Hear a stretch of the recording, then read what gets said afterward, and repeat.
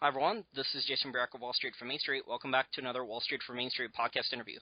Today's special guest is a personal finance expert. I've been following her career for a number of years since I saw her on a TV commercial talking about saving money.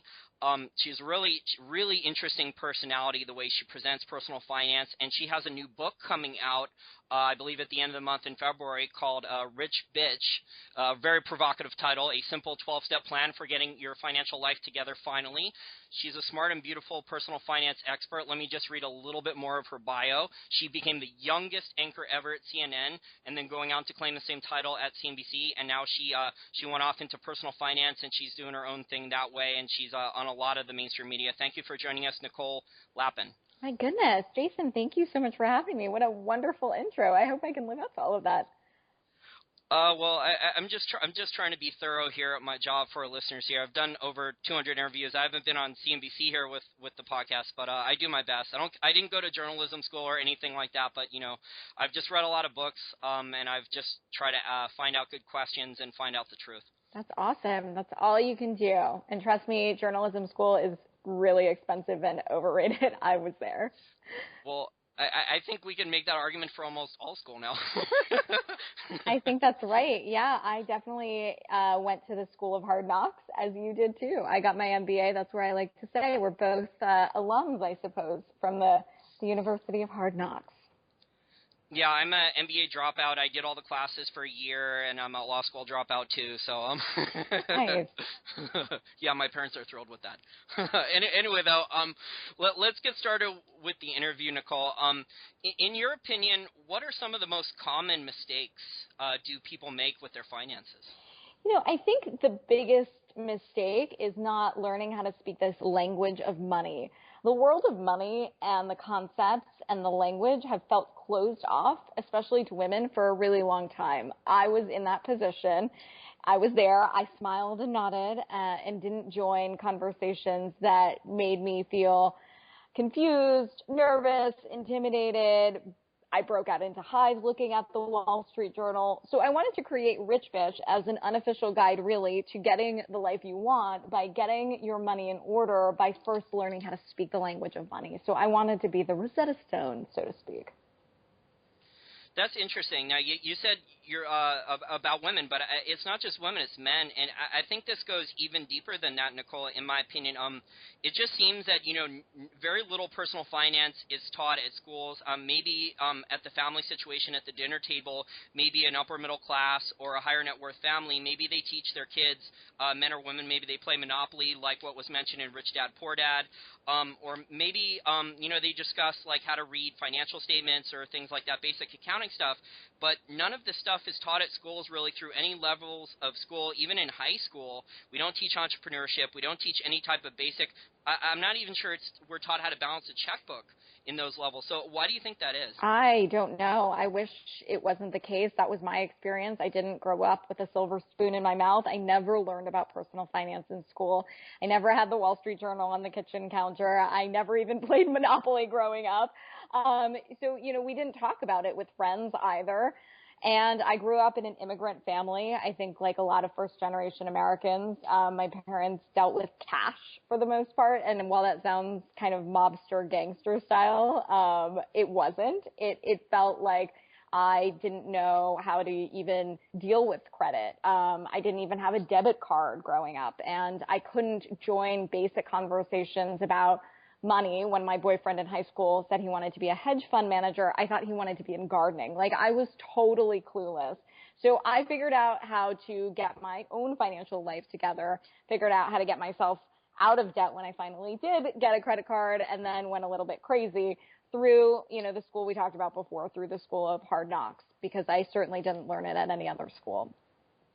Yeah, it's very tough with debt. It's just not really taught, and the availability now, if you're a college student right now, just for putting your name on a couple pieces of paper, you can get, or at least when I was going to college a number of years ago, you could get 2 or 3 credit cards very easily with ridiculous credit limits. They didn't do income verification or anything like that. I don't know. I guess they were assuming that my parents would just pay off my credit cards. But that's a really dangerous situation here. I think it was probably good, though, that since you were an immigrant family, and my family came over to the United States in the early 1900s too, So I'm only the second generation immigrant, but you're just taught to be careful with debt, and it seems like the modern day American middle class person, when they're a young adult, when they have access to credit cards. My little sister, she just graduated college, and she's getting like American Express. She's getting American Express credit card applications, and she just has an entry level job. So I don't know why society is structured this way, but it's the wrong incentive program and the wrong type of a thing here to give a college kid a humongous amount of credit. I think that's right. I think women in particular, and yes, I know that this has been your experience as well, but when you're writing a book, you have to pick your audience, and I picked mine for sure, because I feel like we'll talk about almost anything else before we talk about money, whether it's our relationships or our weight. I believe that money, though, relates to everything that each and every one of us does. And it doesn't need to feel scary like it's just siloed in the checkbook and crazy numbers and stocks and bonds and debt. Each and every one of us, I believe, is the CEO of our own empire. Whether you're working or living or paying bills or shopping, you are in the finance department. So I think when you think about money in that way, you become a lot more empowered to actually get it together and get it all when you look at it from a lens of aspiration versus deprivation. Yeah, I agree. It seems, the mainstream financial media, and you worked in it, maybe you can comment on this a little bit too, but it just seems they make everything so complicated, but it's really not that complicated. I mean, it starts with figuring out ways to boost your income, produce more than you consume, as Doug Casey of Casey Research likes to say. You save some of the difference. That's your capital. So you're a capitalist if you have any savings or surplus, just by saving some of your money, and then maybe you learn how to invest it. And it's not rocket science to become, a successful, productive adult, then have some savings and some investments and things like that. But it just seems that I worked as a stockbroker too. We would use a lot of complicated language to a lot of our regular clients instead of trying to educate them about, what they should be investing in and things like that. It just seems it was a sales job. We were told to put them into the highest possible commission products to put more money in our pocket, which, our incentives weren't aligned with our customers' incentives. Unfortunately, it wasn't a win-win type of scenario. But, I was looking for one where people could be educated, people could learn, and it's just very difficult to a lot of people, they want to learn. Talking to them, we have a lot of regular Main Street people who don't know a lot about investing but want to, but they don't know where to start learning about saving and personal finance and things like that. When I wanted to learn about money, Jason, I looked at a lot of books, and they were boring, if I can just be honest here. And they really felt irrelevant to me. So I wanted to create Rich Bitch with a sassy title in an unconventional way, with relatable information for every stage of our life, whether you're looking for your first job or getting an apartment or managing that checkbook we keep going back to, or merging bank accounts with a future spouse or a boyfriend or a girlfriend, or planning for retirement. All of those things in every story, I believe, goes back to money.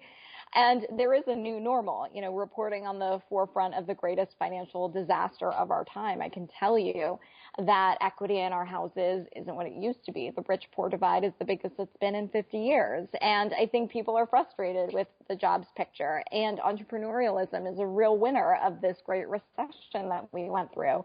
I think people like you are starting your own path. You're creating your own destiny. There's no longer this so-called quintessential American dream. I believe that it's our dream and it's our destiny. And I wanted to write a book that spoke to that entrepreneurial spirit as well. That was actually my next question, is why did you decide to write the book? So you basically just answered it. So I want to talk about some of the common misconceptions, some of the common mistakes then that I see, from, I don't want to specifically name names and go after some of these personal finance experts or gurus or things like that, but it just seems that a lot of them, they give, one size fits all cookie cutter type advice from, and this is what most of the mainstream ones do. Maybe they have a minute or two, maybe the producer says, we have to go sell more and more commercials, but it just seems, they give 1 or 2 minute advice sound bites for people when I think it's a lot more complicated than that. Everyone's situation is different. Different people learn things differently. What's risky to me might be not risky to you, or a lot more risky to you, and I think everyone's situation is different. I think that's absolutely right. For me, I wanted to write the book. I wanted to sort of position myself as a younger, hipper, more modern, I'm not that hip, by the way, but comparatively speaking, financial expert, as a voice of a generation who really felt aggravated, as I did, by this one-size-fits-all advice. And it's so far from the truth, that there is a one-size-fits-all approach to anything in money. Nothing should be taken as gospel, even the stuff that I say. I mean, it's your life and it's your destiny, and you have to take it by the balls. You have to look it in the eye, and you have to just decide what is right for you. So I think I'm all about breaking rules, just knowing what the rules are first. So for me, I try to rethink conventional financial wisdom, not to be cute or contrarian about it, but to say, okay, so-and-so said, don't buy a latte, go buy a house. Is that gospel? Is that true? Is that right for me? Or should I rethink that and maybe buy my latte and rent a place? So I think, it feels less scary when you're taking control of your own money to realize that it's your rules. You make your own budget, which I like to call a spending plan because it feels easier to digest. And feels a lot like a regular diet where you're putting yourself on a sustainable eating plan. So if it's your rules, you are sort of in charge of what you're spending on and what you're not spending on. So I think it's so important to rethink conventional financial wisdom and start thinking for yourself. Yeah, I completely agree. You brought up the coffee example, but if you're going and getting that good cup of coffee and may make you feel better throughout the whole day, and maybe then you're going to spend less time and less energy making the coffee yourself, and you can use that time maybe to listen to an audiobook a week in your car, or at the Starbucks, on your tablet, you can start reading an ebook and add some skills that way, and maybe build a side business or something like that, an online business, so you have some additional investment income or residual income or things like that. And, none of these conventional cookie-cutter finance things, they don't talk about that. Like, they're just one of them, I think, one of the main ones, I won't mention his name, is, don't ever use any debt, just have an emergency fund, which I think is fine, but, put all of your money into stock mutual funds. But as a stockbroker, Nicole, I can tell you that you're not going to get rich putting your money in mutual funds, especially if you're buying dividend stock mutual funds from really any of the companies, because, one of the things about finance is compounding. Your dividends, which allow for compounding, the dividend stock mutual funds are taking all of those in fees and commissions and things like that. I think, I've never actually heard somebody else talk about the latte argument in the very same way I do. I couldn't agree more. I think of yourself as someone who has billable hours, whether you're making minimum wage or you're a lawyer who has a $500 an hour fee. Your time is valuable, and that's the only thing that you're never going to be able to pay for or get back. So my mission is that folks don't lose any of either time or money and take control of both. And when you get yourself to work earlier and put a pep in your step and you save 30 minutes in the morning, maybe that trumps the $1,500 to $2,500 that some expert told you would have saved, and you would have made more than that by getting a bonus at the end of the year. Anyway, so I think investing in yourself, forget about the mutual funds, pays most dividends later on. Yeah, and, if you save all that money, right, saving money is good, but if you're doing it, through cutting coupons and not treating yourself for any nice things, you're going to be really grumpy. So, I've read, you're going to be kind of, I don't know, fully depressed or something, but you're going to be kind of grouchy and grumpy. Like I've read a lot of books just like you, I'm sure, and a lot of them I would agree are boring. Like, I think The Millionaire Next Door, basically teaches you to drastically underconsume, although there is some good advice in there. But, the main thing is just save money on everything and, spend hours looking for ways to save money. But if you're spending hours looking for ways to save, change, like pennies or dimes or nickels or only a couple dollars here or there, if you're the example I use about this is, if you don't like you like to cook and you don't like cutting up vegetables, go buy the vegetables at the grocery store, right? Rather than spending 30 minutes cutting up vegetables, spend an extra $2 or $3 to let someone else cut up the vegetables, cook your food, and be happy about it instead of spending extra time cutting up your vegetables and possibly cutting up your fingers. Yes, please don't cut up your fingers. That would be bad news. No, for sure. You need to instead of nickel and diming yourself, hello, Captain Obvious, if you made more money, you wouldn't have to save as much money. So I think it's about changing your mindset and looking at your own money from a place of aspiration instead of deprivation, because a financial diet is a lot like a regular diet. As I said before, if you allow yourself a small indulgence, you won't feel that grumpy or depressed or whatever you said, and you won't binge later on. And that's actually the biggest trigger for creating something that's going to keep you on track. So, in the same analogy, if you allow yourself a Hershey's Kiss in a regular diet, you won't find yourself in the refrigerator in the middle of the night with a big old hunk of chocolate cake, binging because you feel so starved and so deprived. I think the same thing goes with a financial diet. If you're allowing yourself small indulgences, you're going to stay on track and you're more likely to be successful. But not too many indulgences, Nicole, because, we've had people reach out to us who want to learn how to invest. Maybe they started their own business or they're a high-paid employee. They make six figures, but they don't save any of their money. So I'm kind of in shock at how little savings some of them have for considering their income. So it's just very frustrating here. I guess, it's the consumer culture that's been developed in the United States really since after World War II, I guess.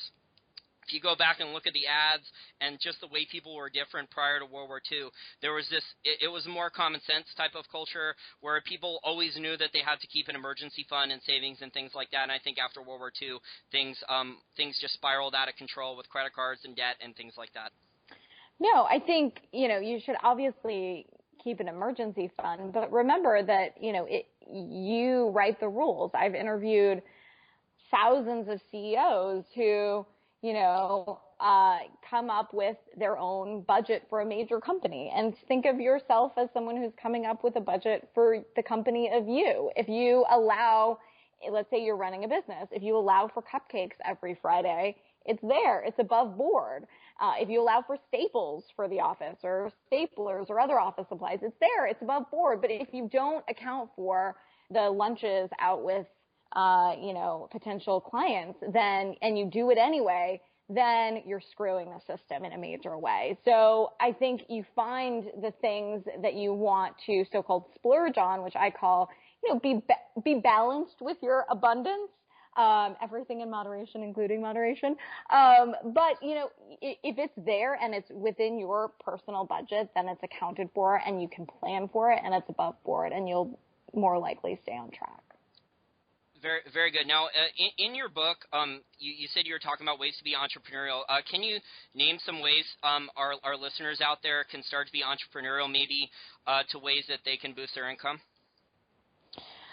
Oh my goodness, how much time do you have? That's a big part of the book. That was a really important part for me to get across within this, because we really are living in a new normal. So I think the entrepreneurial spirit is alive and well, and really, what I saw reporting at CNBC and at Bloomberg and, and the major news networks is that out of this great recession, we saw especially young women who said, forget the furloughs, forget the job situation. I want to be my own CEO, which is great because, two things have happened. It's become democratized to do that. So it's now easier than ever before. And it's a major part of our zeitgeist. So everybody sort of wants to be the next Mark Zuckerberg. Like, I can do that.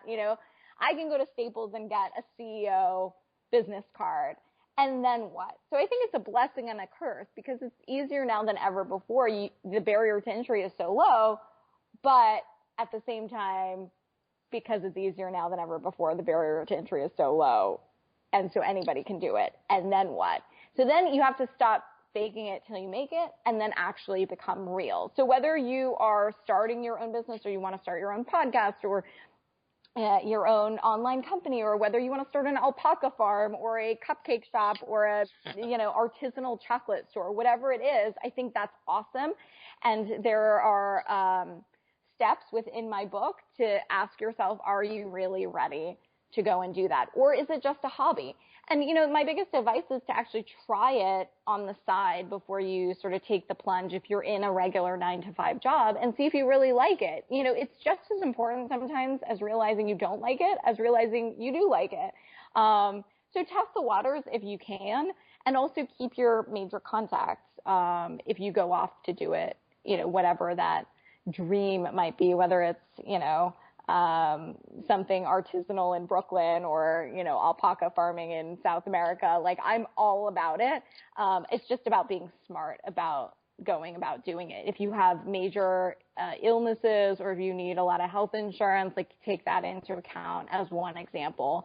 Or if you don't have that emergency fund, like 6 to 9 months of expenses as the oh shit fund, like just in case something happens, then get that in check first, because you realize you're going to fail. I'm sure you can attest to this as just being an entrepreneur yourself when you first go into business.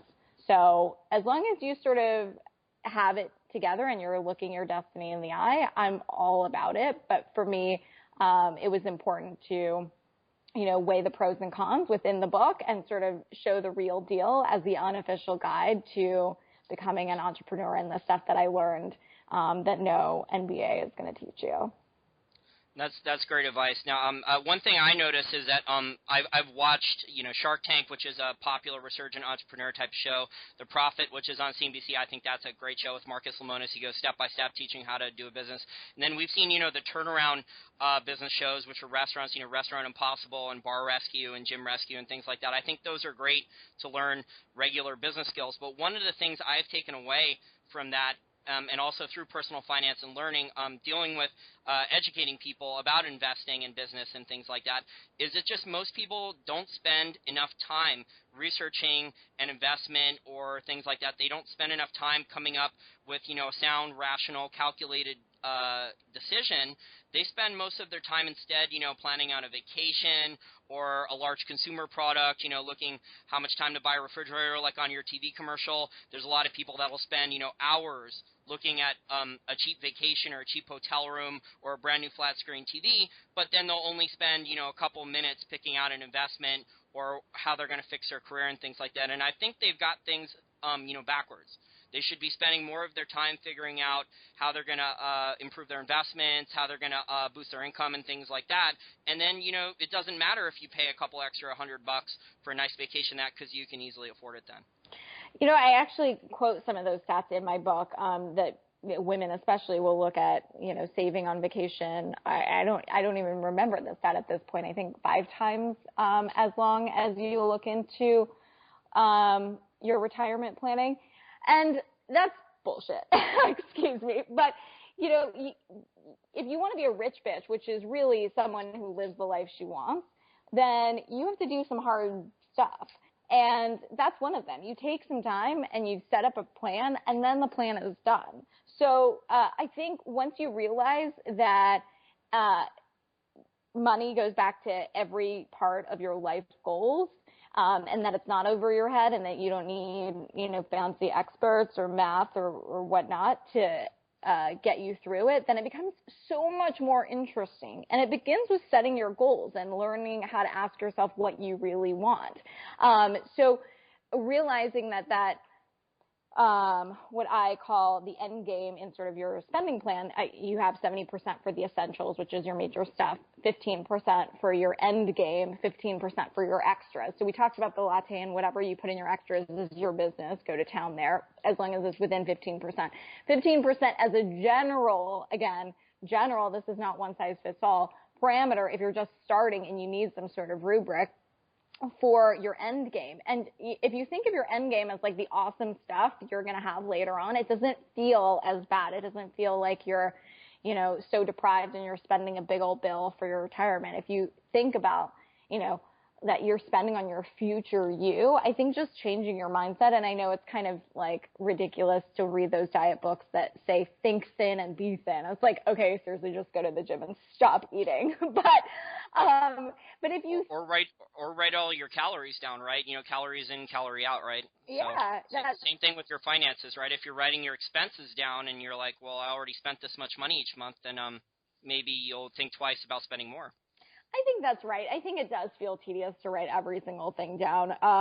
But once you do it once and you sit down and get it done for the first time, you have a good system, and then it's in plug and chug mode and it becomes second nature. So I think it's about getting to that place where, it's not hanging over your head and you have created sort of a sustainable spending plan for yourself, but you're thinking of it in a different way. You're not like scared when you're thinking about it. So a spending plan feels like it seems easier than a big bad budget. And I think it's just changing your mindset, and your finances will follow. Yeah, very, very, very good. I've been trying to plant, these seeds of saving and investing and learning very basic things to my little sister who just graduated college last year. So, she has an entry-level job, and I'm trying to make sure, that she's on the right path here and not blowing through too much money in her credit card, and she's keeping X amount of dollars in saving, and I'm teaching her very basic investing stuff so she doesn't spend all of her money on indulgences. That's nice. You're such a good big brother. I try. I try. Well, we have to get her to become a rich bitch. Well, I think your book is a good start. It looks very entertaining. Definitely I've read a lot of personal finance books. I do like Richest Man in Babylon. I don't know if you've read that book, and I do like Rich Dad, Poor Dad, but most of the other ones I've read are very dry and boring, but I found those ones pretty good.